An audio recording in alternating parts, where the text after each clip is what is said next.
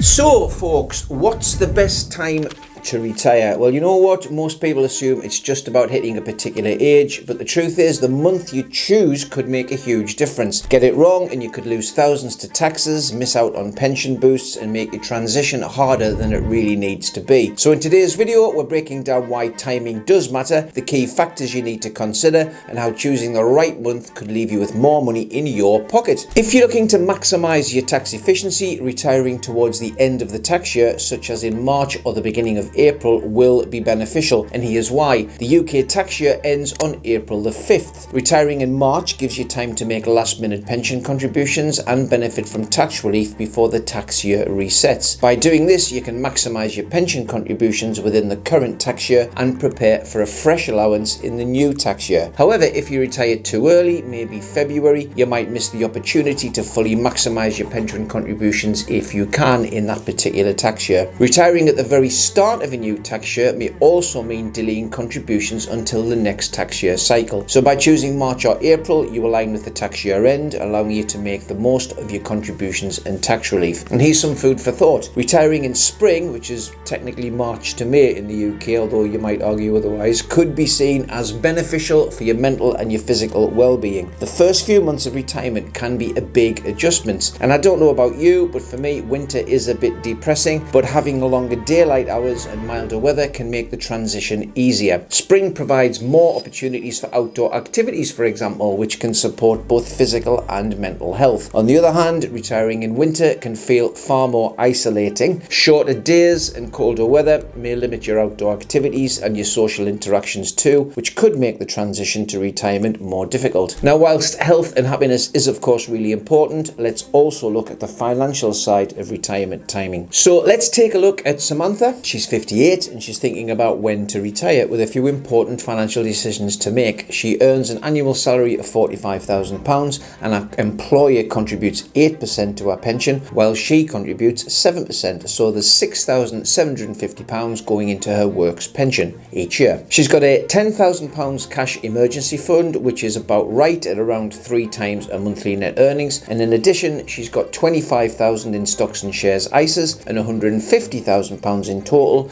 in defined contribution pensions. And just to remind you, these are investment-based pensions as opposed to final salary or defined benefit schemes. Now, Sam's considering whether to retire in February or March. She's due a bonus in January and is weighing up whether staying a little bit longer could enhance her retirement savings. Now, UK pension legislation allows individuals to contribute up to either £60,000 a year or 100% of their earnings, whichever is lower. So in Sam's case, if she works the full tax year, she could contribute up to £45,000 gross into her pension. However, if she retires before the tax year ends, her maximum contribution would be limited to her earnings up to that point. So one potential strategy for Sam is to use her existing savings to boost her pension. Now, she's got £25,000 in a stocks and shares ISA, remember, and she could contribute that to our pension, and after tax relief this will be topped up to £31,250. Now, given that she's already invested in stocks and shares, this approach could maintain a similar risk profile whilst increasing her retirement savings more efficiently. And to wrap things up, Sam's situation really shows how important it is to think about the timing of your retirement. It's not just about when you're ready to leave work, but also about making the most of your pension contributions and any extra savings that you can add. By retiring in February or March, she can either maximise her final contributions or use her existing ISA funds to give her pension a boost. The key takeaway here, folks, is take time to understand the rules around pension contributions and tax relief, because it can make a big difference in the long run. Now, with some careful planning, Sam can ensure she's in the best position for a comfortable and secure retirement, which is certainly what we would like for her. Let's talk about your state pension age, which we'll call SPA cleverly in this. That determines when you can start receiving your state pension, funnily enough, regardless of when you actually retire. Now, if you're close to SPA, consider when to start claiming your pension. Since payments are made in arrears in a 4-week cycle, claiming just after your birthday could help minimise delays in receiving your first payment. Alternatively, you have the option to defer your state pension. This increases the amount you eventually receive because payments rise for each week you delay. The financial benefit of deferring depends very much on your circumstances. While retiring earlier might seem appealing, choosing, it's important to weigh the potential benefits up of delaying your state pension against your overall retirement plans and your financial needs. Now, if you've got debt, paying it off before you retire is often a very sensible strategy to avoid undue financial stress. Retiring with outstanding debt could mean you use your savings to cover payments, for example, which might not be sustainable long term. Retiring debt-free does give you the financial freedom and peace of mind you would like, ensuring you can fully enjoy those savings. Ensure your debts are cleared before retirement if you can, so you can focus on your new lifestyle, but without the burden of unnecessary monthly repayments. Now, let's talk mortgages, which is typically the largest debt most of us will have. Now, owning your own home outright is a lovely feeling, but for many folks, they feel handcuffed to the daily grind because they still have a mortgage to repay. For example, we've got a client at the moment who is 57, he's in his third marriage with a mortgage of £145,000 and it's costing him £1,400 a month. Now, an interesting strategy to help him retire was to switch his mortgage to interest only, and that brought his repayments down to £600 a month. On that basis, he planned to downsize in a couple of years and pay it off completely. So sometimes a little bit of lateral thinking goes an awful long way. Economic factors need to be considered, such as interest rates, inflation and market conditions, of course, because these can all impact your retirement finances. For example, high interest rates could increase your costs if you've got outstanding loans. Inflation is not our friend. It'll reduce your purchasing power over time. And of course, stock market fluctuations will definitely affect the value of your pensions and investments. So carefully consider the economic environment before setting your retirement date. A small shift in market conditions, for example, could have a significant impact on your financial stability. You also need to think carefully about your investment strategy. Even at 60, you could be invested for another 30 years, which is plenty time to ride out the ups and downs in the markets. But you do need a strategy which avoids you withdrawing money at a low point. And typically, having a more low-risk, stable pot equating to maybe 3 years worth of the income you need is a strategy to consider, and one we deploy routinely for our clients drawing down from their pensions. So a bit more food for thought for you all there. So what's the best time to retire in the UK? Well, of course, there's no one-size-fits-all answer to that, but April the 1st is often a good strategic choice. It allows you to get your March salary paid, maximise tax benefits and pension contributions, and transition into retirement at a time of year that supports physical